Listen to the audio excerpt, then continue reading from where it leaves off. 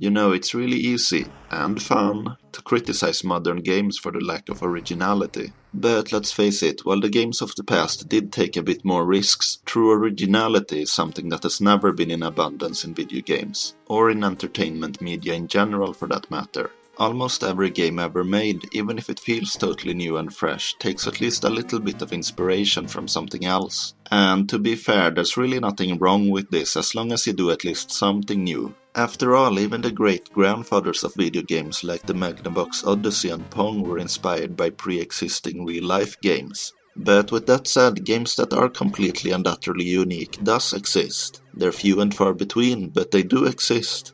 And when the subject of unique video games comes up, the first thing that pops into my head is always the same: the Sentinel. The game was published in 1986 by Firebird and it came out for pretty much every major computer system at the time, but it was never released on any console. It would be hard to define the Sentinel with any conventional gaming genre. I guess at its core it's a first-person puzzle game, but I feel using that definition would be doing the game a disservice. Maybe something along the line of survival horror, puzzle, art experience would be more accurate. Way more pretentious sounding also, but more accurate nevertheless. The game really doesn't have much of a story. All you know is that you're a robot called a Syntoid, and you're standing at the bottom of what resembles the Silent Hill nightmare version of the Green Hill Zone from Sonic the Hedgehog. At the highest point of this landscape stands the creepy and surreal creature known as the Sentinel. And much like the moon from Majora's Mask, the Sentinel's only goal is to consume everything. Including you, of course. And to make matters even worse, the only thing the Sentinel has to do to devour something is to look at it. And to make it even worse, your Syntoid doesn't even have the ability to walk. This is of course where the wonderful and unique gameplay comes in. You may not be able to walk, but you can rotate freely in place. And like the Sentinel itself, you can also absorb items in the environment, as long as you're able to see the square that they're standing on. This is a very important ability because every time you absorb something it gives you energy, which you can then use to create new objects. First and foremost, you can create a clone of yourself, which you can then transfer your mind into. And since you can't walk, this is your only method of movement. You can also create rocks, which you can stack on top of each other as long as you have enough energy. You can then place your next clone on top of the rocks, which will give you a much better overview of the environment, which in turn might allow you to move to places that were inaccessible before. Finally, you can also create trees. These might seem a bit useless at first, but you can actually hide from the Sentinel behind them, and they only cost 1 unit of energy. So if you know how to use them strategically, they can actually be pretty useful. You do have one more ability, and that's the ability to hyperspace to a random point on the map. That might sound extremely useful, but it uses a large amount of energy, and of course there's no guarantees that the place you end up is safer than the one you warped away from. And if you try to use the hyperspace without enough energy, it will just outright kill you. So it's an ability that should be used very sparingly. The ultimate goal of each level is to use these abilities to climb higher and higher until you're able to absorb the Sentinel itself. So the goal of this weird psychedelic game is to get as high as possible. Seems reasonable. Though your antagonist does have a few tricks up its non-existent sleeve, so don't expect the Sentinel to let you win without a fight, apart from its previously mentioned ability to It can also transform trees in the environment into things called minis. And minis really suck because they force you to use your hyperspace ability, even if it means suicide. And if you think you can handle that, just wait a couple of levels and then you'll have to face sentries as well, which basically act as additional sentinels, except they can be placed anywhere on the map and not just at the top. So yeah, getting through the levels is no cakewalk, but luckily you do have unlimited continues, and you also get a password after every stage. Actually, the passwords are extra important in this game because the progress is set up in a very strange way. Every time you beat a stage, you'll be taken back to the main menu, so the only way to continue is to use the passwords. It's a little bit annoying, but the passwords are short and easy to enter with the keyboard, so it by no means ruins the game. But if your plan is to get through the entire game, then first of all, good luck, and secondly, you better have a lot of paper at hand, because the game has 10,000 levels. Of course, no one actually sat down and designed that many levels, they have all been procedurally generated. However, they are all beatable, and at least as far as I've gotten into the game, they're all fun as well. So that's some pretty darn impressive coding, especially for a 3D game from the mid-80s. Now, as I mentioned earlier, this game was released for pretty much all the major computer systems at the time. But while I haven't played every single version of the game, I think I can pretty safely say that the Amiga version is the one that you want.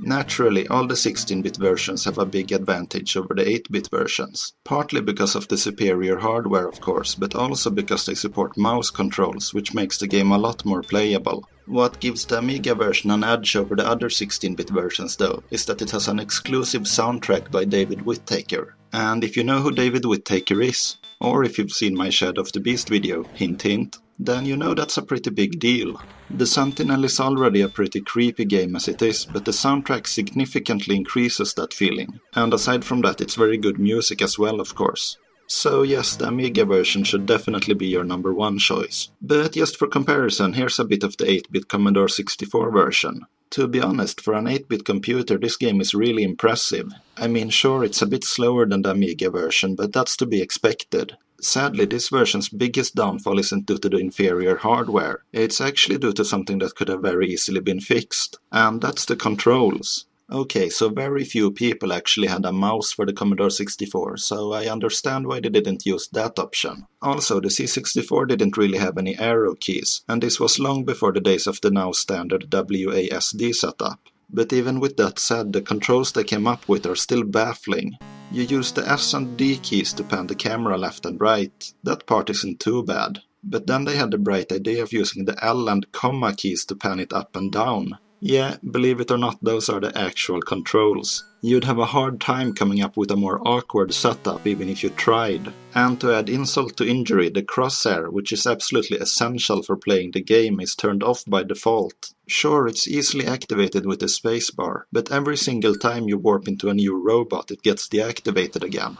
But if you can get used to the controls, then the C64 version is actually very playable. But let's be honest here, the Amiga version is still far superior. No matter where you play it though, the Sentinel is still a worthwhile experience. After its initial release though, the Sentinel disappeared for many years. Unlike other similarly innovative games like the Katamari series for instance, the Sentinel's uniqueness was not watered down by constant imitators and sequels. In fact, it was not until 1998, more than 10 years after the Sentinel's original release, that it was given its first and, to this date, only sequel. Sentinel Returns was released for the PlayStation and PC, and in terms of gameplay it sticks very close to the original game. The PC version apparently had a multiplayer mode, but since I only have the PS1 version, I haven't been able to test that. Anyway, like I said, the basic gameplay hasn't changed much since the first game. The only real difference is that it plays much faster since it's on a system that was made for 3D graphics this time. It might also be worth noting that the PS1 version supports the PlayStation mouse, though it actually plays pretty well with the standard controller as well. Certainly a lot better than the C64 version at least. There's really not much else new to talk about regarding the gameplay. The presentation on the other hand is really interesting.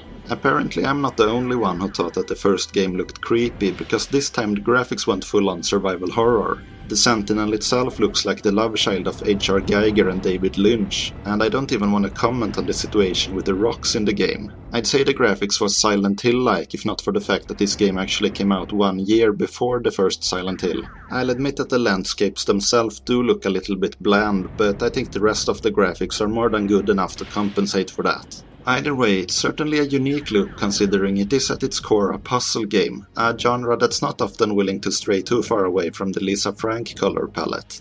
Of course, with creepy graphics you also need creepy music, and who better to provide that than John freaking Carpenter? Yeah, that's right, that John Carpenter wrote the music to this game. He might be more famous for his role as a movie director, but he also composed the soundtrack to many of his films, including the famous Halloween theme. And if you're a fan of his characteristic 80s synthesizer music, you'll definitely like the soundtrack here as well. Like its predecessor, Sentinel Returns was a great game, but now it's been 18 years since we last heard from the series. I am very happy with the games that we have, and I don't want the series to get overexploited.